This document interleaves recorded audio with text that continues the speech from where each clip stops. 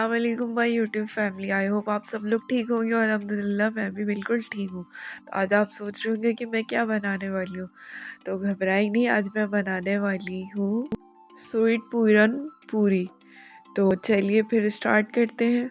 तो सबसे पहले हमने जो है 1 प्याली सूजी लिए, 1 प्याली मैदा, 1 प्याली दूध और 1 प्याली चीनी लेनी है।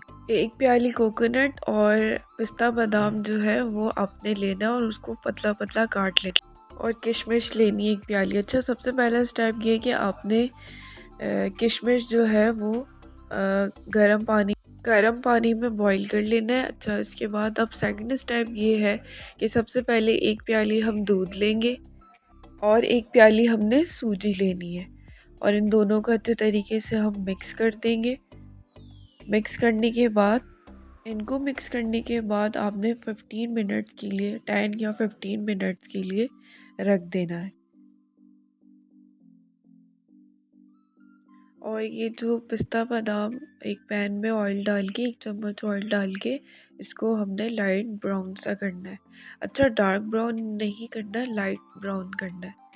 लाइट ब्राउन करने के बाद इसको हम निकाल के प्लेट में रख देंगे और इसको 15 मिनट्स के लिए, जब तक ये ठंडा नहीं हो जाता, इसको आपने रखना है। थर्ड स्टेप ये है कि हमने जो दूध और सूजी मिला के रखी थी, ऐड करके जो हमने 15 मिनट्स के लिए रखा था, अब हम इसके अंदर मैदा ऐड करेंगे। मैदा ऐड करने के बाद 2 टेबल स्पून जो है वो हम ऑयल ऐड करेंगे। इसको ऐड करने के बाद हम अच्छे तरीके से गूंदेंगे।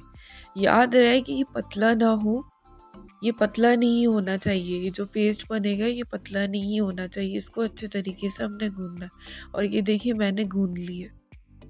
अच्छा, फोर्थ स्टेप ये है कि हमने एक बाउल में जो मैंने आपको स्टार्टिंग में इंग्रेडिएंट्स बताए हैं वो है, और वो ये सबसे पहले कि हम कोकोनट लेंगे, फिर हमने किशमिश लेनी है और किशमिश के बाद हमने ये जो बादाम पिस्ता ऐड कर लेना है जो हमने ब्राउन करके रखा था।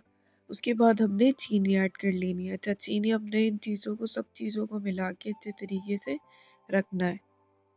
अच्छा, इसके बाद जो हमने आटा गूंद के रखा था, अब उसके छोटे-छोटे से पेड़े बनाने और इसको छोटे-छोटे सा बेलना है और उसके बाद बीच में ये जो हमने मिक्सचर बनाया था पूरा ये ऐड करना है और ऐड करने के बाद इसको डी शेप में जो है वो हमने लेकर आना है। डी शेप के बाद मैंने क्या किया कि मैंने कहा चलो थोड़ा-सा डिज़ाइन देना चाहिए, तो इसलिए फिर मैंने फ़ोर्क की मदद से इसके ऊपर ये मैंने डिज़ाइन बनाया है। अच्छा, इसके बाद फिर मैंने फ्राई किया। फ्राई देखिए ऐसे गोल्डन ब्राउन करना है और फिर हमारा ये पूरन पूरी रेडी।